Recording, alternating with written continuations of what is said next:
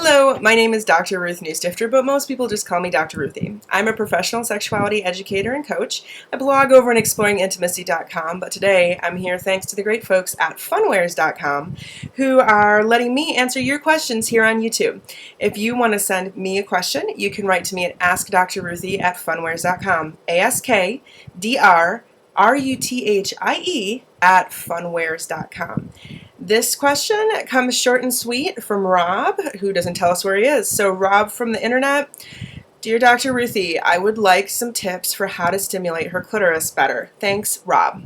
Rob, I'm so glad you asked because this is an excellent question that everybody with a female partner should be asking, and females may want to know for themselves as well, regardless of who they're partnered with. So I'd like to introduce you to Mimi. Usually I have Venus, who's quite large size, but I wanted to grab Mimi because she's a little closer to realistic size. So that might make it a little bit easier to talk about.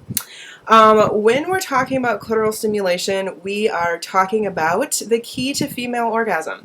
So if this represents the vulva and all different colors, we have the outer lips out here where the fuzz and the pubic hair grows, and there's a whole bunch up top here oftentimes.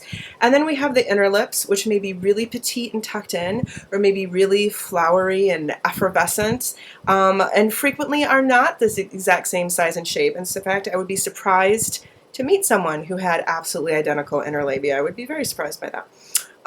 So they're right here, and sometimes they protrude and sometimes they don't, and that's fine. And if we just spread the labia slightly, we'll see that the clitoris is located up here. It may be under a lot of clitoral hood, so you can't even see the clitoris.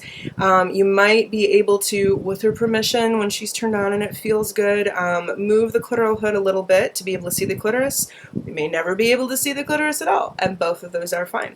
It may be that the clitoral hood is very, very petite and practically not there, or only a little bit there, and the clit is bold and very easily visible. All of these are normal. None of these are better sexual functioning than any other way.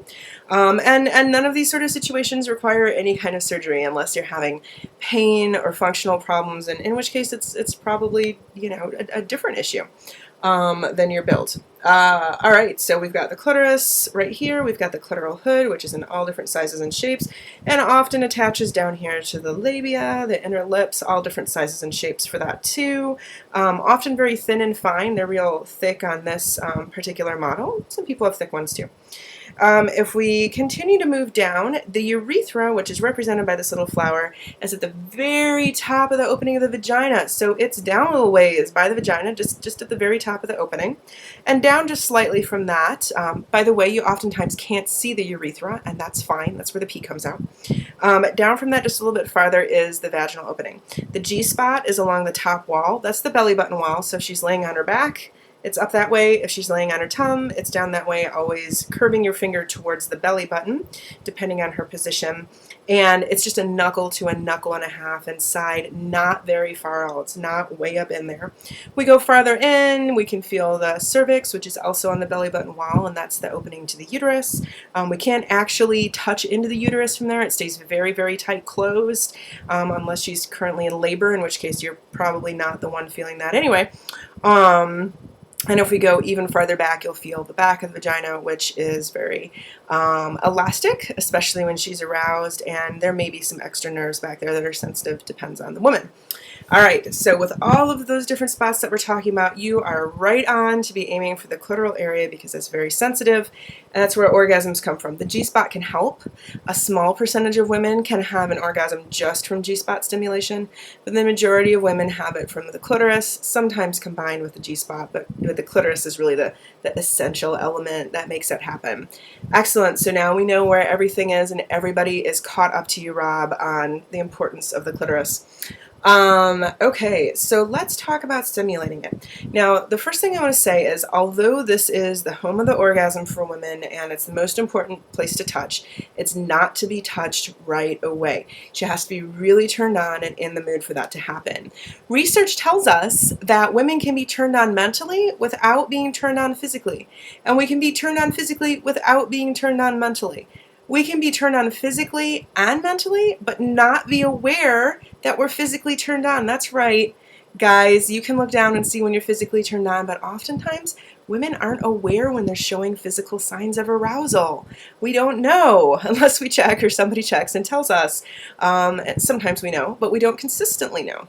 Interesting. So what we want to do is make sure that she's turned on up here and she's turned on down here, and that both sides know that the other side is turned on. So she can check to feel her arousal. You can give her feedback on that when she's aroused to make sure she's aware of it. You can do that with some really luscious, dirty talk. So we want to make sure she's very turned on. And then we want to start by circling around and slowly getting closer to the vulva. So all the things that she likes to do that turns her on, and all the things that you like to do that turn you on about turning her on. So the kissing, the massaging, the touching of the shoulders and the back of the feet, and moving your way up the thighs.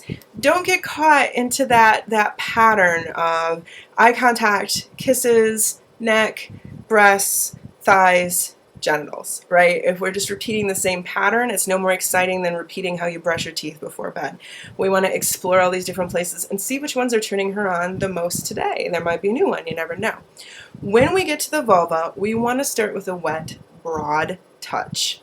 So that could be wet, meaning your lips and tongue, or it can be wet, meaning lubricant to your fingers. Not spit, not water, not hand lotion, high quality, body friendly lubricant for sex. Well, some people tell me that she gets plenty wet on her own. It's fine. You can still start with some lubricant on your fingers because you're not going straight for where the wetness is coming out. You're going to start with a broad touch, which means the flat of your hand and fingers or the flat of your tongue. Not that pointy tongue, not that little tip point, but the broad flat of the tongue. So you get the idea with the broad of the tongue or the broad of your hand. So you've got some lubricant on your hand, and you're just using your palm and the broad of your fingers to massage and stroke the whole area, right down the middle, on the sides, and giving it a good rub, a massage, like you would shoulder or back. Maybe not quite that hard, but if she likes it, hey, elevate your level of pressure to that as appropriate. As you're continuing to massage and she gets more turned on, you can take the heel of your palm and start to add a little more pressure over the clitoral area and rubbing the whole area. Then you can move down to stimulating the vagina because she's really turned on, and move your way back up to the clit and go back and forth. And if she's responding positively to this, you can begin to stimulate both areas with a movement like this. Usually in this kind of movement, or a finger twitch with a thumb rub, or have her stimulate her clitoris while you touch her vagina, or vice versa.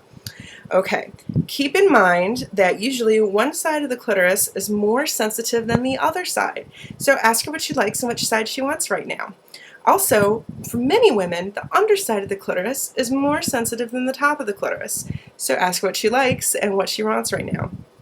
Also, instead of going straight to the clitoris as you're starting to warm up and it's feeling good, you can touch above the clitoris and massage the clitoral root.